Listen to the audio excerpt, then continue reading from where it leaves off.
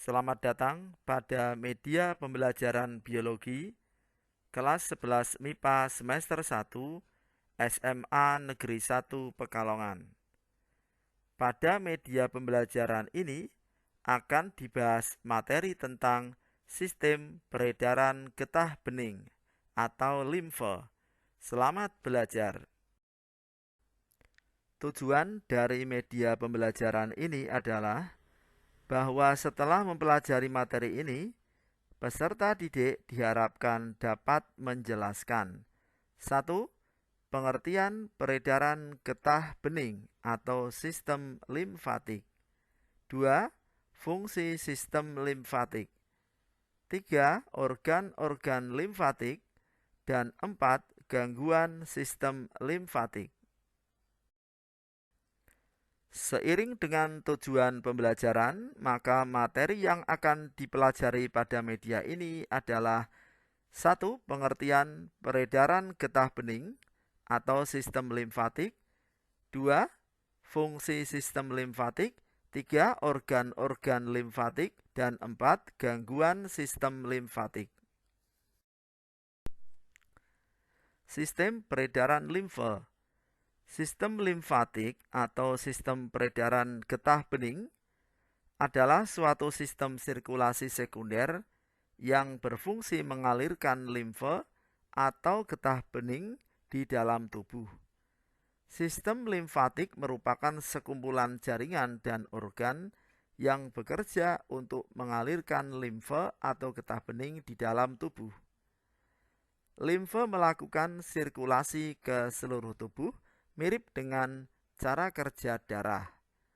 Sistem ini terdiri dari beberapa organ yang memiliki fungsi masing-masing untuk mendukung kekebalan tubuh terhadap penyakit. Sistem limfe merupakan bagian pelengkap dari sistem imunitas dan berperan penting dalam pertahanan tubuh terhadap penyakit. Di dalam tubuh, selain pembuluh darah juga terdapat pembuluh limfe. Pembuluh limfe ini mengangkut cairan dari jaringan menuju darah. Selain itu juga mengangkut lemak dan bahan asing untuk dirombak ke nodus limfe. Pembuluh limfe bermuara di berbagai jaringan dan peredarannya termasuk sirkulasi terbuka atau peredaran terbuka. Sistem getah bening atau sistem limfe mengumpulkan cairan, zat sisa, dan hal lain seperti virus, bakteri, dan jamur pada jaringan tubuh di luar aliran darah. Ketika cairan mengalir, kelenjar getah bening menyaring bakteri, virus, dan zat asing lainnya. Lalu cairan yang telah tersaring, garam, dan protein dikembalikan ke dalam peredaran darah. Fungsi sistem limfe yaitu: 1. Menyaring dan menghancurkan mikroorganisme untuk menghindarkan penyebaran. 2. Mengembalikan cairan dan protein dari jaringan ke sirkulasi darah. 3. Mengangkut limfosit. 4. Membawa lemak emulsi dari usus. 5. Menghasilkan zat antibodi. Fungsi sistem limfatik yang paling utama adalah melindungi tubuh dari zat asing yang dapat mengganggu sistem kekebalan tubuh. Sistem ini menghasilkan dan melepaskan limfosit, yakni sel darah putih khusus untuk menghancurkan zat asing seperti bakteri, virus, parasit, atau jamur yang masuk ke dalam tubuh. Limfe berasal dari cairan seluruh bagian tubuh. Hal ini memungkinkan di dalam limfe terdapat kuman-kuman penyakit. Kuman-kuman penyakit ini perlu difilter oleh pembuluh limfe. Proses ini dilakukan oleh kelenjar limfe, jadi bila terdapat kuman pada suatu luka, maka kuman tersebut akan dibinasakan sebelum masuk ke dalam sirkulasi darah. Pembuluh limfe.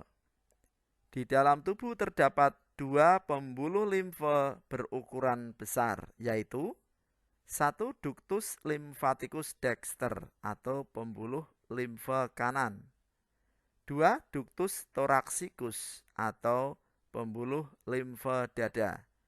Perhatikan gambar di samping untuk mengetahui letak dari pembuluh-pembuluh limfe tersebut. Ductus lymphaticus dexter atau pembuluh limfe kanan. Pembuluh limfe ini mengangkut limfe yang berasal dari kepala, dada sebelah kanan, dan lengan kanan. Pembuluh limfe kanan bermuara pada pembuluh balik di bawah vena subclavia dextra atau vena yang melewati tulang selangka sebelah kanan. Berikutnya ductus thoraxicus atau pembuluh limfe dada. Pembuluh ini mengangkut limfe yang berasal dari bagian tubuh lain dan bermuara ke pembuluh balik di bawah vena subclavia sinistra atau vena yang melewati tulang selangka kiri. Organ sistem limfatik. Organ sistem limfatik terdiri dari tonsil, sumsum tulang belakang, limfa, timus, kelenjar getah bening, dan pembuluh getah bening. Tonsil atau dikenal dengan nama amandel adalah bagian dari organ sistem limfatik yang berukuran kecil dan terletak di belakang tenggorokan. Fungsi tonsil yang utama adalah sebagai salah satu pertahanan tubuh dalam memerangi infeksi. Tonsil menghasilkan sel darah putih dan antibodi, serta mampu menyaring virus dan bakteri yang masuk ke dalam tubuh. Organ ini juga berfungsi mencegah masuknya benda asing yang mungkin terhirup ataupun tertelan sebelum masuk ke dalam paru-paru. Selanjutnya, kelenjar timus. Kelenjar timus adalah bagian penting dari sistem limfatik dalam tubuh. Salah satu fungsi kelenjar timus yang utama bagi kesehatan adalah memproduksi sel darah putih yang disebut limfosit sel T yang berfungsi untuk melawan sel penyebab infeksi. Kelenjar timus terletak di tengah rongga dada, tepatnya di belakang tulang dada dan di antara paru-paru.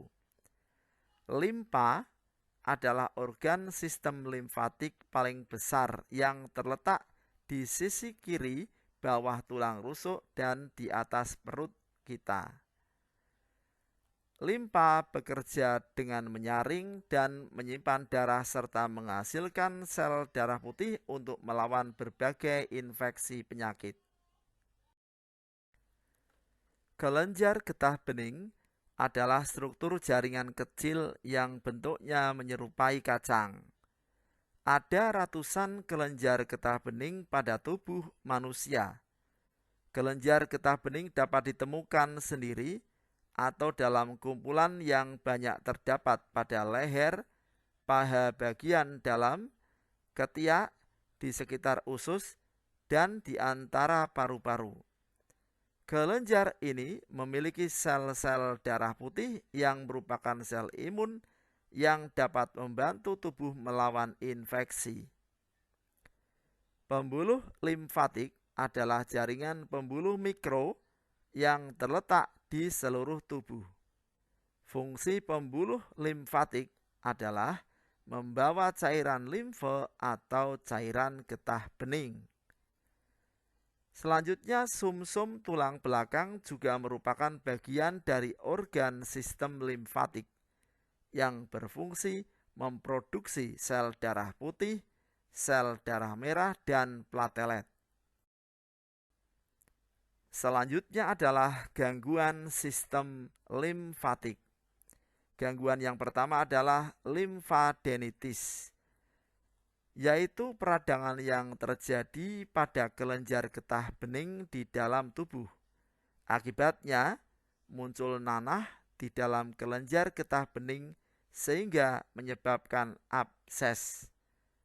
Kulit di area kelenjar getah bening yang meradang biasanya akan berwarna kemerahan atau bergaris.